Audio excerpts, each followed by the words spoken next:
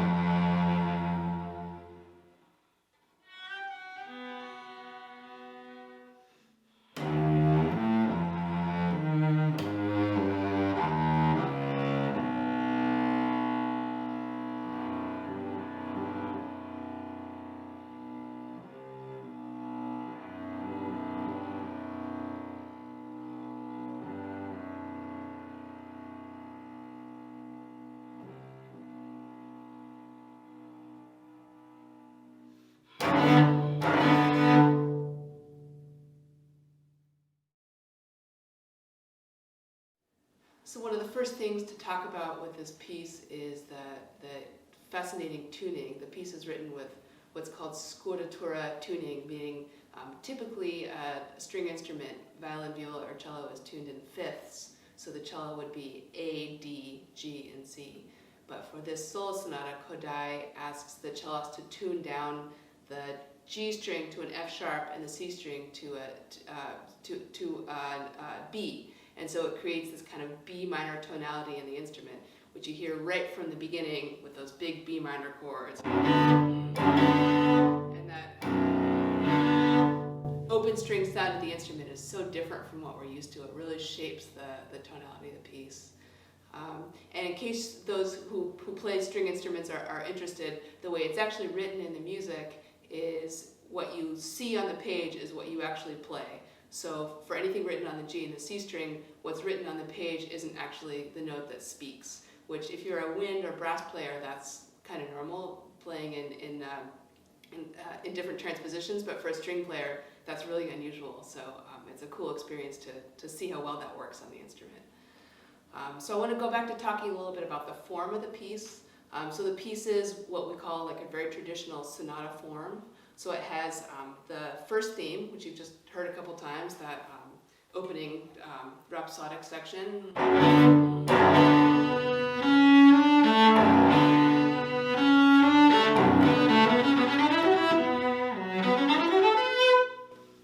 And it has a second theme, this like kind of much more slow and lyrical section.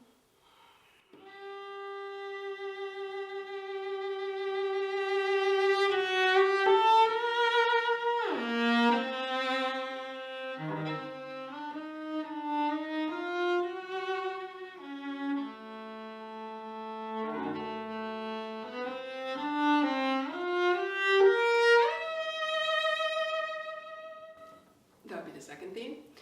And then there's this development section, which takes the opening material and it puts through all these different kind of transformations and keys, and takes us to new places with the opening material. And that's this section right here.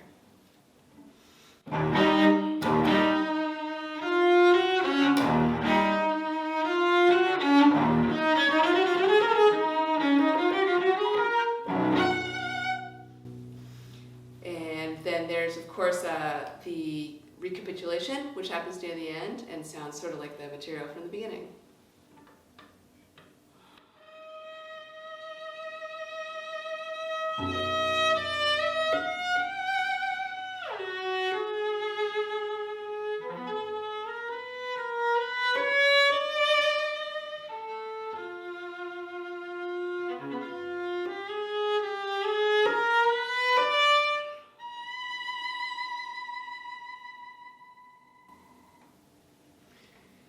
So throughout the movement, there is like this real structure, even though the piece has quite a rhapsodic feel, and the tempo really does have pulse, even though it's quite free at other times.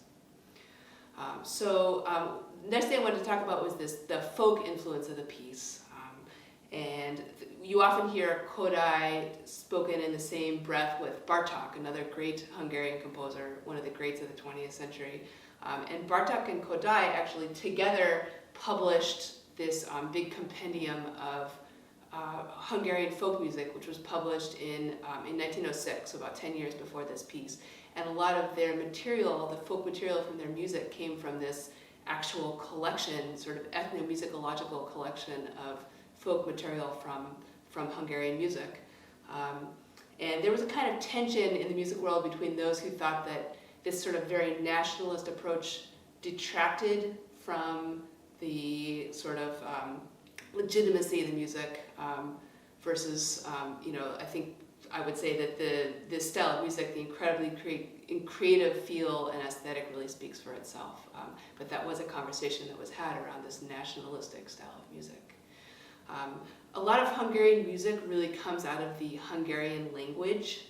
And in this piece, you could say that the line and the form and the dynamics and the rhythm, much of it really comes out of the feel of the language itself. I don't myself speak Hungarian, but this is my understanding from those who speak it, who describe this style of music. What you often hear is this really accent or strong emphasis on first beats, which is present in the language. and also in the music. So these strong downbeats we hear throughout, just like the beginning.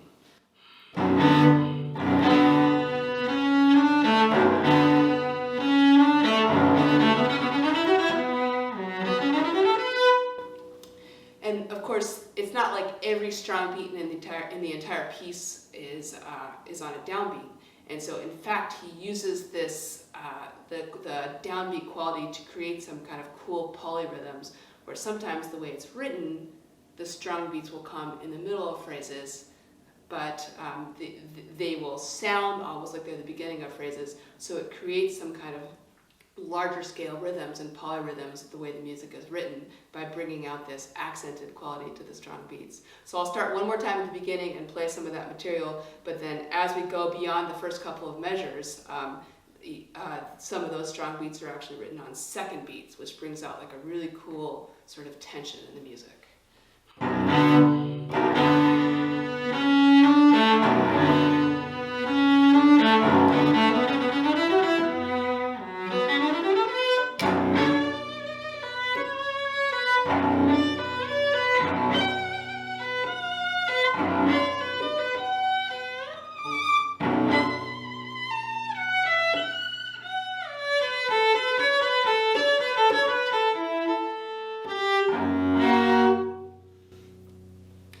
So overall, there's like a lot of alternation between this very free language and then quite a linear feel.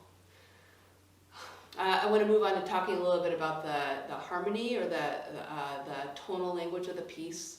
A lot of times what we associate with this folk style is modal harmony rather than functional harmony, which is what you learn about in first year music theory class, tonics and dominants and the way chords tend to lead to one another. Modal harmony doesn't have that same kind of functionality, although it's chords that we might recognize. And in particular, there's a lot of pentatonic, or these 5-note scales in this piece, and that's quite common in folk music. Like, for example, like the American tune Amazing Grace has a lot of pentatonic scales in it. So we hear a lot of these 5-note pentatonic scales in the piece.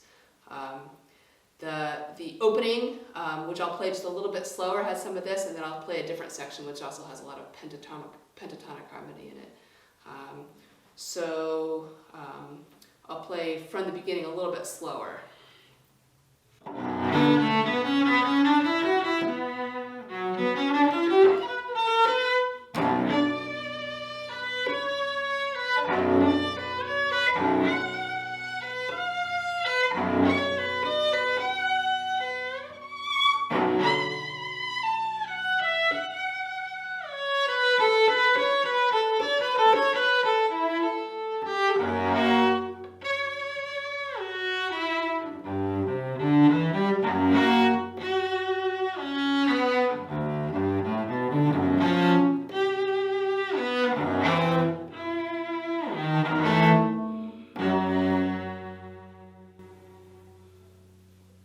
Now I'll play a section from the development, which also has lots and lots of those 5-note scales, the pentatonic harmony.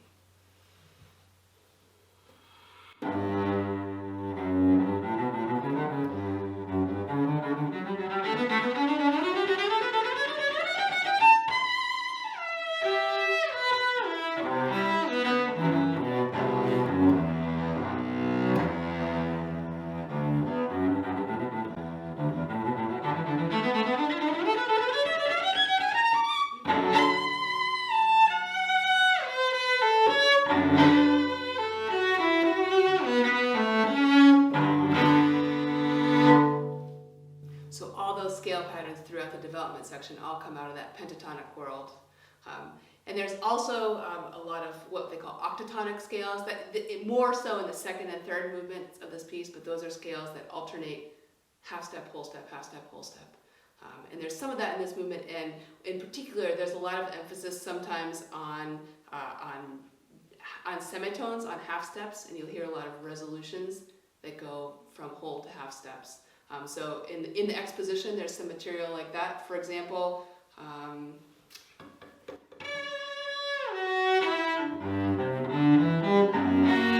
when it goes from that G, of course it's resolving to an F sharp, and it goes an octave up.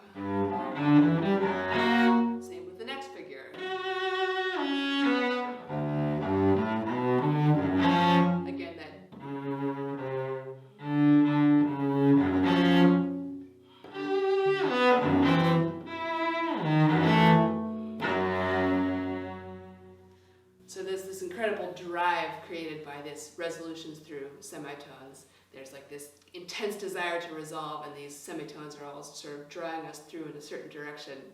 It's a very powerful part of the harmonic language.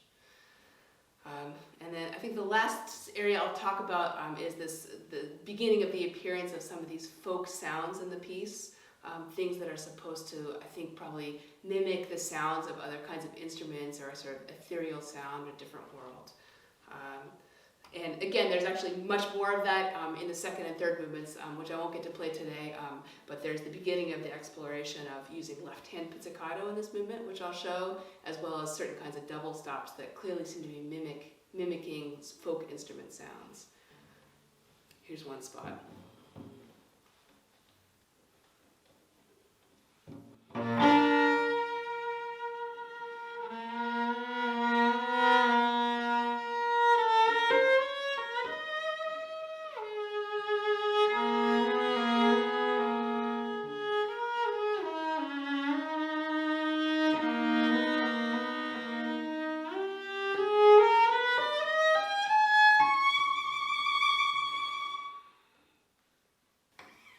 Here's a spot that has an amazing use of left-hand pizzicato.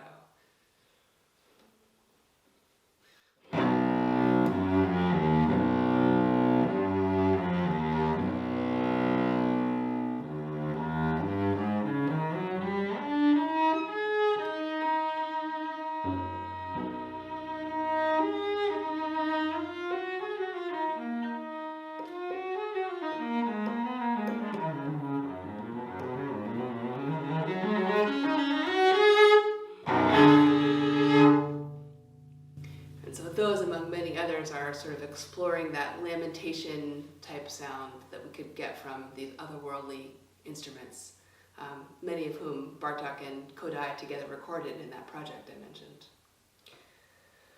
So I'll just end by saying, this piece, like I said, was really quite unique in being one of the first pieces written for unaccompanied cello in hundreds of years. But amazingly enough, from 1950 to the present, I think something like 1,000 works for unaccompanied cello were written, which is just an amazing explosion in repertoire for this instrument, and really a recognition of it as something that can really speak for itself in every way. And I think the inspiration of this piece is part of what caused that explosion. So we're very grateful to Mr. Kodály for giving us the repertoire that set off that amazing explosion. Thanks.